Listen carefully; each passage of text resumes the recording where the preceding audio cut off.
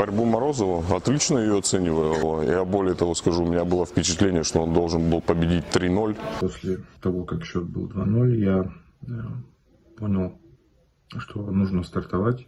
Ну, я тебе могу сказать, что армрестлинг вообще вышел из маленьких городов, да, как вид, даже вообще как вид спорта, и первые чемпионы, они все-таки были из маленьких городов, там, начиная с, в большинстве своем, то есть, конечно же, и столицы были там с хорошими результатами, но в большинстве своем сборная состояла из людей из маленьких городов. Последний раз я стал серебряным призером Кубка Балтики. Так как у меня родственники в Новгородской области, я решил, как говорится, приятное с полезным сделать и заехать на турнир, тем более приятно выступать, ну, где-то в других местах, где разные люди, ну, разный народ, ну, это интересно. Мне очень безумно понравилось само мероприятие, уровень соревнований, да, казалось бы, вот такое небольшое вроде бы мероприятие, но я скажу, что на данном соревновании уровень спортсменок намного выше, чем я участвовала ранее. Мне удалось попасть в число призеров весовой категории свыше 90 килограмм. Немножко не хватило для победы физической силы, но зато есть к чему стремиться, куда расти. Было много зрелищных поединков, интересно было не только принимать участие, но и наблюдать. Это был настоящий праздник на соревнования. Очень понравился сам город Старая Русса, красивый, чистый, вот, очень гостеприимный. Хочется сказать большое спасибо за теплый прием, за то, как нас встретили, вот, за проведение экскурсий. Было очень круто. Мне уже почти полтинник. И с каждым годом создавать конкуренцию молодым уже тяжело. Старые травмы и возраст дают о себе знать. Но я нашел решение, как поддерживать свой организм в хорошей форме. БАД на основе коллагена от наших партнеров. Гидролизованный говяжий коллаген составляет основу формулы данного БАДа. Коллаген – самый распространенный белок в нашем организме, структурный элемент суставов, хрящей, кожи, ногтей. С возрастом выработка коллагена в организме замедляется, в связи с чем кожа начинает терять свою упругость, а суставы становятся более уязвимыми к повреждениям и травмам. Если хотите быть здоровыми и красивыми несмотря на возраст, переходите по ссылке в описании данного видео и заказывайте уникальный БАД от наших партнеров. Друзья, сегодня мы поговорим с Дзамбалатом Цареевым о поединке Артема Морозова с Даевом Чаффи. Послушаем комментарии Артема по поводу своей борьбы. И выберем топ-5 рукоборцев Кубка Рушанина, который проходил в Старой Руссе. Усаживайтесь поудобнее. Запаситесь попкорном. А мы начинаем. Борьбу Морозова отлично ее оцениваю. Ее оценивает результат. Он победил и победил в борьбе с очень непростым соперником, я бы даже сказал, с очень сложным соперником. Он победил, это очень круто. Есть, конечно, над чем работать, как и всем нам. У всех и всегда есть над чем поработать. Но в целом это было круто. Мне очень понравилось, как он поборолся, и результат налицо. Я более того скажу, у меня было впечатление, что он должен был победить 3-0, но как бы в силу каких-то там, я не знаю, может, неопытности там или ну, еще чего-то. То есть 2 раунда он проиграл, отдал. Он должен был побеждать с другим счетом. Ну, я так думаю. С Прудником, если бы он поборолся, вот я до этого говорил, меня уже спрашивали, я говорил, они уже встречались, и Прудник победил уверенно, но Морозов тогда не знал, к чему готовиться, он не знал, кто у него в соперниках и какой высоте ему нужно готовиться.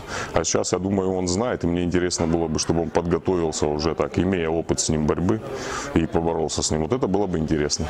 Ну, из тех, кто там присутствует обычно. Вот на той армрестлерской тусовке, так скажем, в Турции. Руслан, приветствую вас. Здравствуйте всем.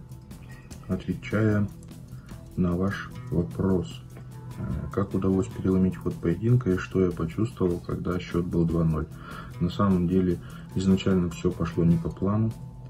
В первом раунде я видимо, переживал и забыл сделать акцент на закрытии кисти. Просто держал пальцами, соответственно, из-за этого растянулся, и рука начала хрустеть в предплечье и падать. Поэтому я уже из-за этого хруста перестал сдерживать в первом раунде. Ну, думаю, ладно, во втором уже сделаем акцент больше на кисть. Во втором раунде так и получилось. Я закрутился в бицепс, закрыв кисть, и начал удерживать его уже возле подушки. Но он невероятно был сильный, но при этом я мог удержать. По сути, особо ничего не чувствовал, просто было тяжело вытащить. И я торопился вытащить, хотя мне говорили: не торопись, подержи еще. И вот только когда я очередной раз хотел вытащить из проигрышной позиции, сам растянул чуть угол, и он выиграл. Ну, тогда я уже почувствовал, что можно бороться. И после 2 раундов, после того, как счет был 2-0, в первом раунде я понял, что нужно стартовать, делать акцент на кисть. И 2 раунда выиграл довольно легко со старта. В 5-м раунде я хотел уже попробовать свои силы. То есть я стартанул, но остановился у подушки, открыл кисть. Мне хотелось немножко шоу показать. И Дэйв Чаффи вытащил руку и ушел на разрыв. Нас завязали, и, собственно, эту схватку вы все видели. Оказывается, в бицепс можно бороться. И готов ли я бороться с другими топами, такими как Евгений Прудник? Ну, это очень сложный вопрос. Здесь очень много факторов играет роль. Удобство или неудобство соперника, опыт, вариативность техник, которыми пользуется соперник. Это очень все сложно. Для этого, чтобы быть готовым, мне нужно и технически подрасти, и набрать абсолютную силу, чтобы, например, как Ливан, не зависеть от каких-то обстоятельств во время поединка. Будем пробовать, даже не пробовать, будем стараться набрать еще. Всех благодарю за теплые слова, вас, Руслан, в частности. Спасибо большое. Дальше больше. Такой кошелек из натуральной кожи ручной работы. Наверное, хотел бы иметь любой брутальный мужчина. Кожевенная мастерская «Орех» с любовью и заботой о вашем стиле предлагает вам широкий выбор изделий из натуральной кожи. Это уникальные вещи, которые вы не встретите в обычных магазинах. В мастерской вам помогут подобрать подарок на любой бюджет. Хватит дарить банальные вещи. Переходите по ссылке в описании и заказывайте подарок как себе, так и близкому вам человеку от кожевенной мастерской «Орех». Доставка по всей России. Кубок Рушанина. Старая Русса. Приехал я в качестве туриста. Тут просто друзья мои проводят эти соревнования и пригласили меня поприсутствовать на их мероприятии. Ну, я с радостью приехал. Болеть, наверное, буду за хороший армрестлинг. Друзей тут у меня достаточно, есть люди, которых я знаю. Есть за кого поболеть. Но я тебе могу сказать, что армрестлинг вообще вышел из маленьких городов, да, как вид, даже вообще как вид спорта, и первые чемпионы, они все-таки были из маленьких городов, там, начиная в большинстве своем. То есть, конечно же, и столицы были там с хорошими результатами, но в большинстве своем сборная состояла из людей из маленьких городов.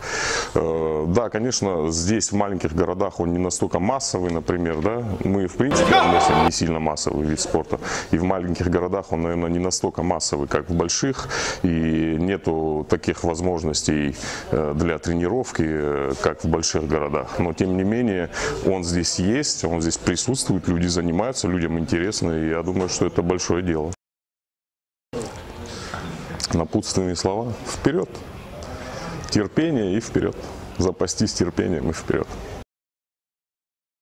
На Кубке Рушанина по армрестлингу участвовали как уже состоявшиеся спортсмены, имеющие уже за своей спиной немало титулов и побед, так и начинающие борцы, делающие свои первые шаги в этом виде спорта, но уже подающие большие надежды.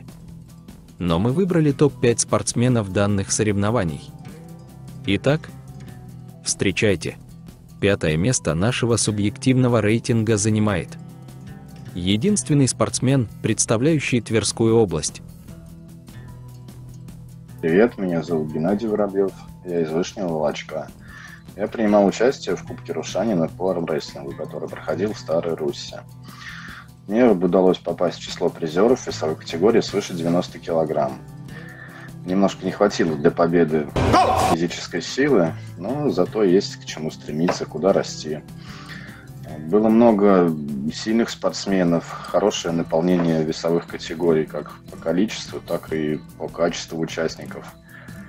Присутствовали звезды армрестлинга, такие как Зенитуллин Руслан, Замбулат Цариев. Было очень круто пообщаться с такими людьми. Организация турнира была на высоком уровне, с ведущим, с творческими номерами. Было много зрелищных поединков. Интересно было не только принимать участие, но и наблюдать. Вот это был настоящий праздник, а не соревнование. Очень понравился сам город Старая Русса. Красивый, чистый, вот, очень гостеприимный. Хочется сказать большое спасибо за теплый прием, за то, как нас встретили, вот, за проведение экскурсий. Было очень круто. 4-е место нашего рейтинга занимает спортсменка родом из Казахстана, представляющая Санкт-Петербург. Всем здравствуйте, меня зовут Вардугина Виктория. Я родом из солнечного Казахстана. В Санкт-Петербург я переехала 10 лет назад, и ровно 10 лет назад начался мой путь как армрестлера. Немного расскажу, с чего вообще все началось и как я оказалась в спорте. Любовь к спорту мне привил еще в раннем детстве мой папа. Он был спортсменом, он был боксером. Он мне рассказывал, как он участвовал в соревнованиях, занимал призовые места. И в то время я представляла, что когда-то я вырасту и наверняка тоже буду участвовать в каких-то соревнованиях, и папа будет мной очень гордиться. Я надеюсь, что мне еще удастся осуществить эту мою маленькую детскую мечту. 10 лет назад я переехала в Санкт-Петербург, и скажу честно, я даже не знала об этом чудесном виде спорта, как армрестлинг. Я приехала в Санкт-Петербург, поступила в университет, и у нас была пара по физкультуре, на которой пара проходила в тренажерном зале, и я увидела стол для армрестлинга, но тогда я не знала, что это за стол. Я спросила у преподавателя, мне сказали: неужели ты не знаешь, что такое армрестлинг? Вот. Мне предложили побороться, девочки все отказались, и согласился один мальчик побороться со мной. Самое интересное, что я поборола этого мальчика, и тогда мне преподаватель по физкультуре предложила поучаствовать в вузовских соревнованиях по армрестлингу. Они проходили буквально там через неделю. Я поучаствовала, заняла первое место. Являюсь сейчас чемпионкой Санкт-Петербурга в своей весовой категории, являюсь чемпионкой, 10-кратной чемпионкой вузов Санкт-Петербурга. Я забросила тренировки, ходила на соревнования, мне казалось, что мне этого хватает. Хочу сказать, конечно, спасибо моему папе, благодаря которому мне передалась какая-то природная сила, да, благодаря которой я могу ходить на соревнования, показывать высокие результаты, обыгрывать там некоторых спортсменок, которые упорно тренируются, да, я вот не тренируюсь, но показываю результат. Приехав в город Старая Русса, поучаствовав в Кубке Рушанина, я поняла, что тренировки действительно нужны, необходимы, важны. И для меня это некий вызов такой, что Я поучаствовала с девочками, очень сильными спортсменками, которые меня так замотивировали на тренировки. Я с завтрашнего дня же пойду тренироваться, буду соблюдать некий спортивный режим и надеюсь, что до следующих соревнований мне удастся прийти в хорошую форму. Следующие большие соревнования будет это Кубок Балтики. Я надеюсь, что надеюсь показать достойный результат и выступить на высоком уровне. Кубок Рушанина показал мне то, что спортсменки все сильные, и чтобы быть на их же уровне или немножко лучше, нужно действительно тренироваться. Поэтому для меня это было показательное выступление, показательное соревнование. Мне очень безумно понравилось само мероприятие, уровень соревнований, да, казалось бы, вот такое небольшое вроде бы мероприятие, но я скажу, что на данном соревновании уровень спортсменок намного выше, чем я участвовала ранее. Третье место в нашем рейтинге занимает Приехал с Санкт-Петербурга, выступаю за Ленинградскую область. Зовут меня Станислав Гришеленок. Отношусь к сборной Ленобласти. Выступаю в всеми категории до 70.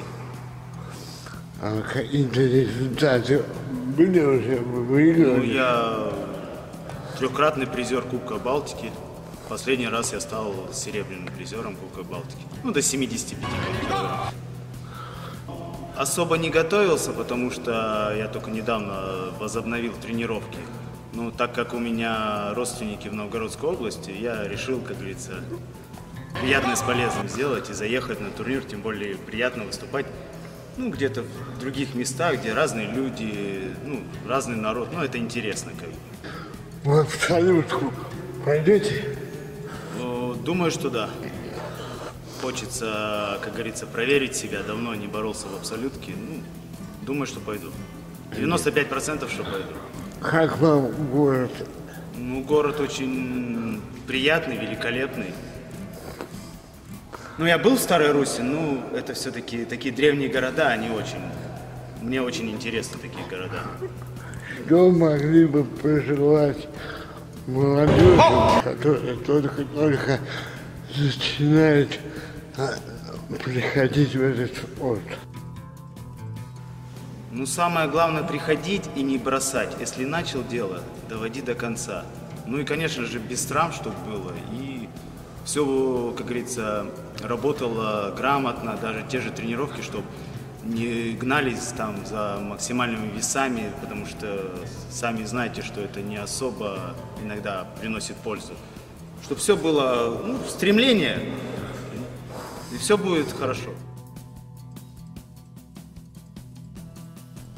Второе место нашего сегодняшнего рейтинга достается спортсмену из Старой Руссы, чемпиону категории 90+, Алексею Лушникову. У парня медвежья сила. И если ему поставить правильную технику, я думаю, что мало никому не покажется. То же самое можно сказать и о победительнице абсолютки у женщин, которой стала Манько Мария. Сегодня она занимает первое место в нашем рейтинге. Так что есть в Старой Руси еще не раскрытые таланты. И наш канал обязательно будет за ними следить. На этом все, друзья. Пишите свое мнение в комментариях. Ставьте лайк, если понравился сюжет. И обязательно поделитесь этим видео у себя на страничке. Для меня это важно. Для вас работал чемпион мира по пара-армрестлингу Зинатуллин Руслан.